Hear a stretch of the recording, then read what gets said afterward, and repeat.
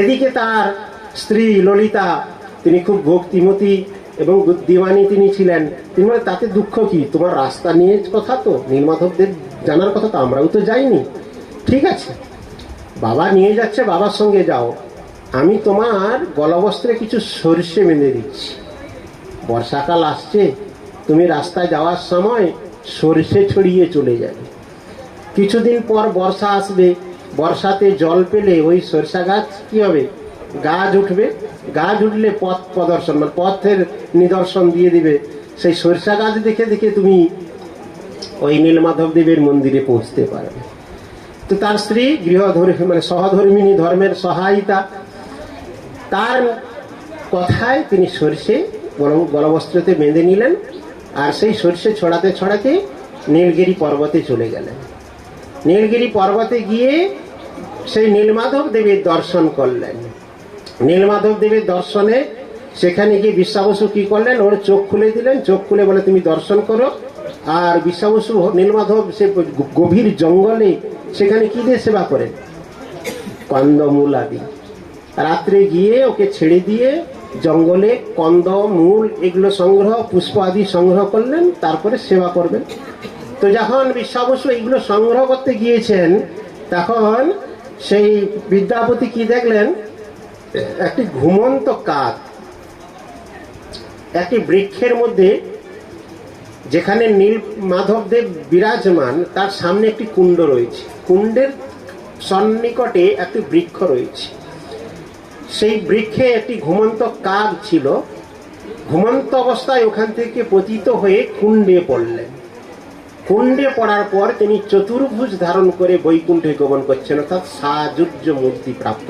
পঞ্চমুক্তি রয়েছে তো, সারূপ্য, সালক্য, ষষ্ঠী, সামুপ্য, সারূপ্য, সাযুজ্য আদি।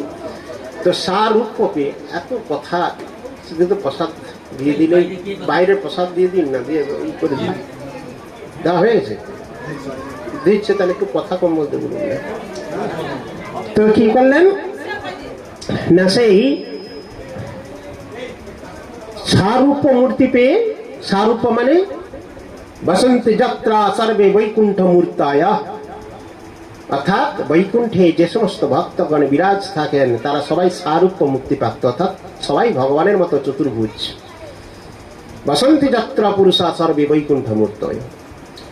তাই সারূপ্য পেয়ে যখন চলে যাচ্ছেন সবাই, মানে ওই কাক, তখন বিদ্যাপতি মনে মনে ভাবছেন যে এ সুযোগ, সাধনা করে তপস্যা করে যার পাওয়া যায় না শ্রীচরণ কমল, আর এখানে প্রাণত্যাগ করলেই সঙ্গে সঙ্গে যদি সারূপ্য পাওয়া যায়, তো কেন আর সময় বৃথা নষ্ট।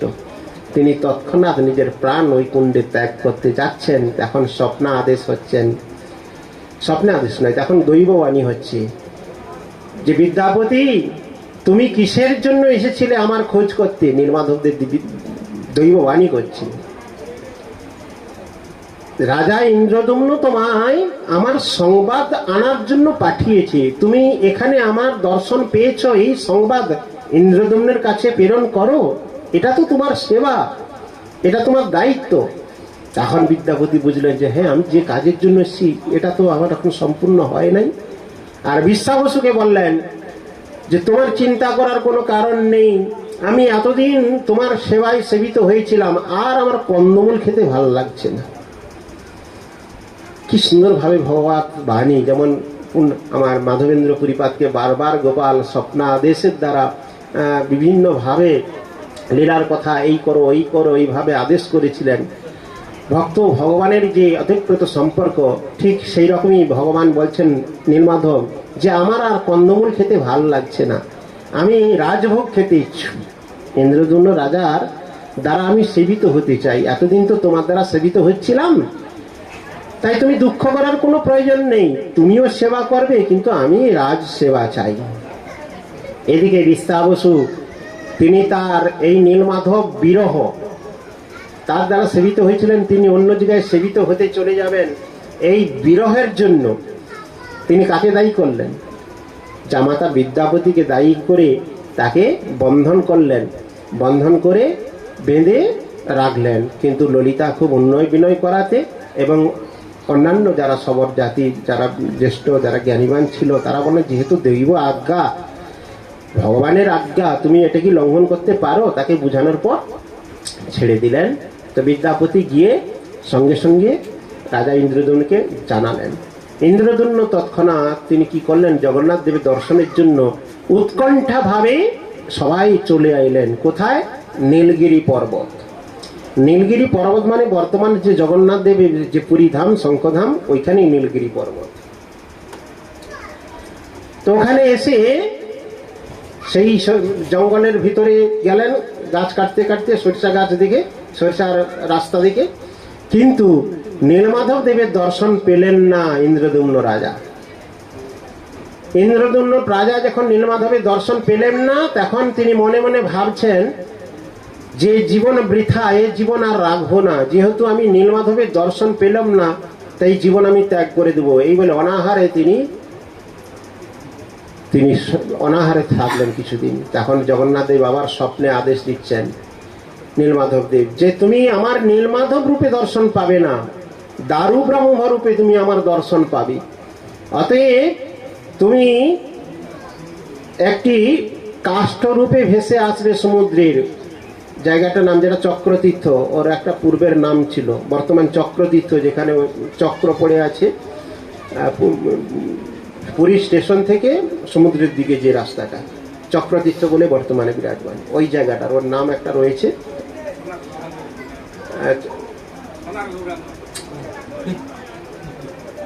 তো সেই নামটা মনে আসছে না। সেই জায়গায় আমি ভেসে আসব, তুমি আমাকে আমার মূর্তি নির্মাণ করে প্রতিষ্ঠিত করো ব্রহ্মার দ্বারা। এই আদেশ করলেন জগন্নাথ মানে নীলমাধব দেব। আর নীলমাধব রূপে তুমি আমার দর্শন পাবে না। এই কথা শ্রবণ করে ইন্দ্রদ্যুম্ন রাজা তৎক্ষণাৎ কি করলেন না, সেই সমুদ্রের তীরে গেলেন। সেখানে সত্যি কাষ্ঠ ভেসে আসলো। সেই কাঠ ভেসে আসতে বৃহৎ কাঠ, সেই কাঠ কি করলেন না, যখন আড়াই লেগে গেল, সমুদ্রে কোনো জিনিস থাকে কি, সব ঢেউতে যা দেয় সব ফিরিয়ে দেয়। তো এখানে দৈবক্রমে ভগবত ইচ্ছায় যে কাষ্ঠ এলো সেটা তীরে এলো, কিন্তু কাঠ কেউ নাড়াতে পারল না। ইন্দ্রদ্যুম্ন রাজা তার বৃহৎ যারা কি বলে সৈন্য আদি, মানে শক্তিশালী সৈন্য আদি লাগালেন, হাতি দিয়ে লাগালেন, হাতি দিয়েও সে কাঠ নড়াতে পারলেন না।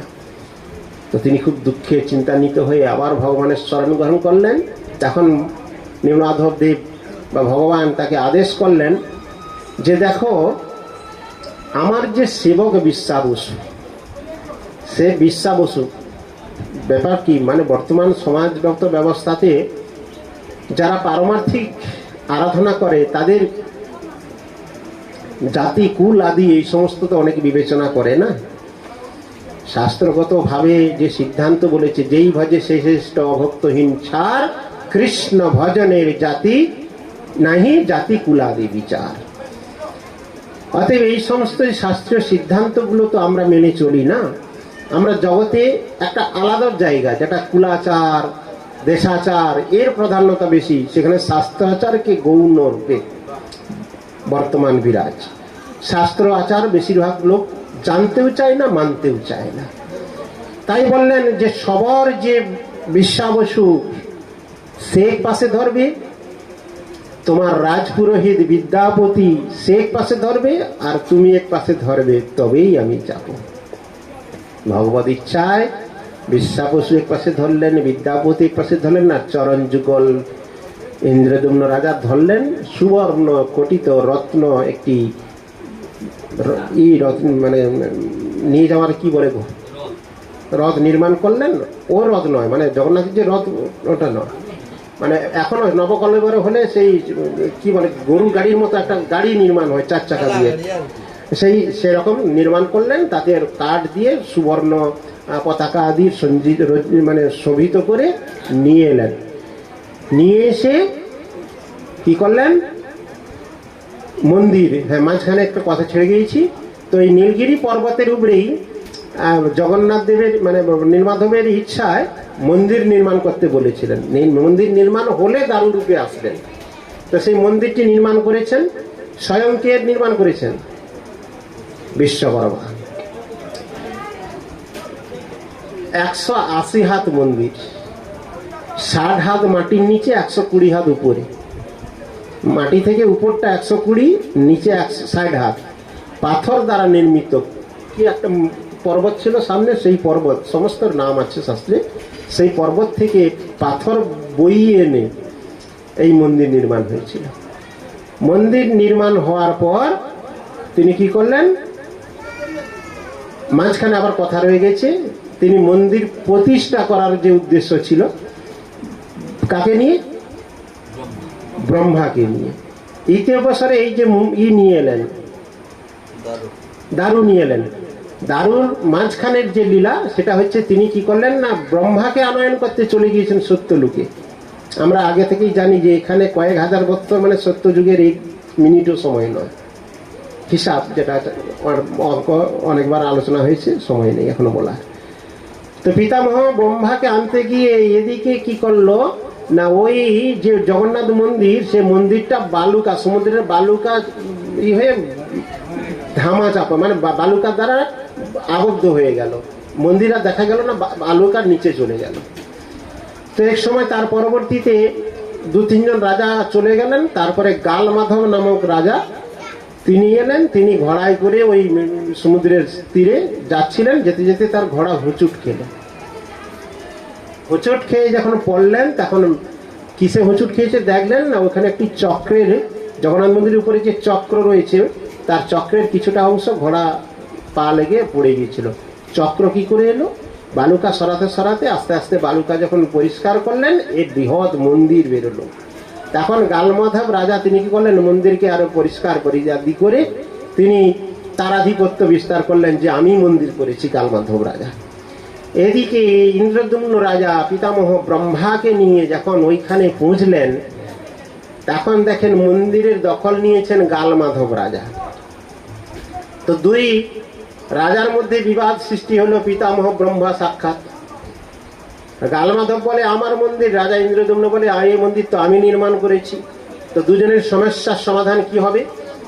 তখন গালমাধবকে জিজ্ঞাসা করছেন পিতামহ ব্রহ্মা, যে তুমি যে এই মন্দির, না আমি তার দখলে আছি, সেটা তো কর্মচারী আর এখানের সেবকাদি সব তো আমারই দাস, এটাই তো প্রমাণ করে আমি করেছি। তখন ইন্দ্রদ্যুম্নকে বলে, তুমি যে আমাকে আনতে গিয়েছো, মন্দির করেছো, তোমার কি প্রমাণ রয়েছে এই মন্দিরটা যে তুমি করেছো? না, আছে। কি? অক্ষয় বট, ভূষণ্ডী কাক। যে সত্যযুগ, সেটা তো সত্যযুগের ঘটনা। কত সত্য, কত ত্রেতা, কত দাপর চলে গেছে, দ্বিতীয় পরাব্দের ঘটনা। তাই বলছেন, রামচন্দ্রের উপাসনা করছেন যে ভূষণ্ডী কাক রাম নাম করছে, তিনি তো সাক্ষাৎ দেখেছেন।